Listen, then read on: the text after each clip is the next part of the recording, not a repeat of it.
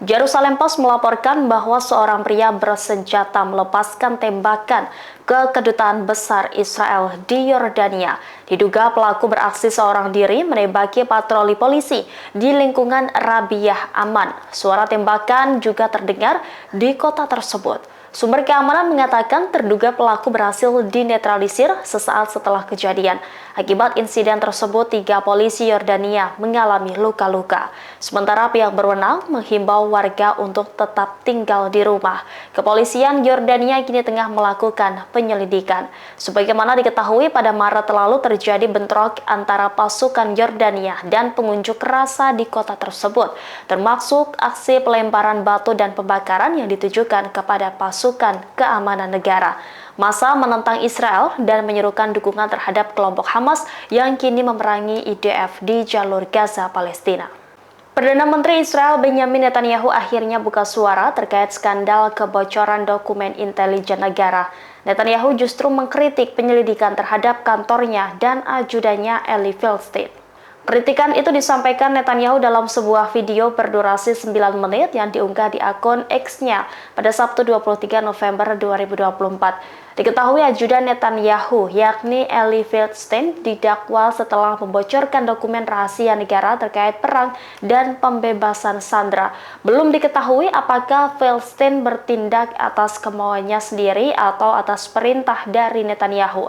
Namun, Netanyahu kini pasang badan untuk Feldstein. Menurut Perdana Menteri, dakwaan yang diajukan terhadap ajudannya bertujuan untuk mencelakakan dirinya. Netanyahu mengatakan bahwa sosok Feldstein adalah seorang Zionis dan patriot. Dia lantas membantah tuduhan pengadilan Israel terhadap Feldstein. Netanyahu kemudian mengkritik kebocoran sebelumnya yang menurutnya justru tidak diselidiki. Sementara itu, pemimpin oposisi Yair Lapid mengkritik postingan Netanyahu tersebut.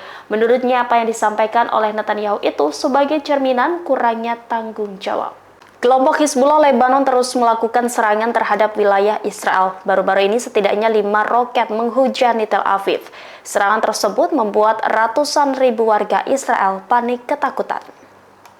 Dikutip dari Al-Mayadin, Hizbullah dari Lebanon Selatan meluncurkan salvo rudal kualitatif menuju Netanya dan Tel Aviv Utara pada Minggu 24 November 2024. Sementara media Israel mengatakan bahwa sedikitnya 5 roket menghantam pemukiman Israel. Laporan menyebut bahwa salah satu serangan langsung itu mengenai sebuah bangunan di pemukiman Shefayim.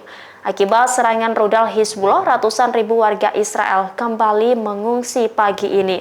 Warga Israel panik ketakutan sampai menghentikan lalu lintas. Serangan Hizbullah pagi ini terus berlangsung selama 45 menit, mengakibatkan sirine berbunyi di sejumlah kota. Sebagaimana diketahui, Hizbullah telah meningkatkan laju serangannya dalam beberapa hari terakhir, sementara tentara Israel juga meningkatkan serangannya di wilayah Lebanon. 2 tentara Israel yang lagi asyik nongkrong di rooftop tidak sadar dibidik oleh sniper Hamas. Tentara tersebut berakhir naas ditembak pejuang Al-Hassam dari jendela. Hal ini terungkap dalam sebuah video yang diterbitkan oleh Brigade Al-Hassam pada Sabtu 23 November.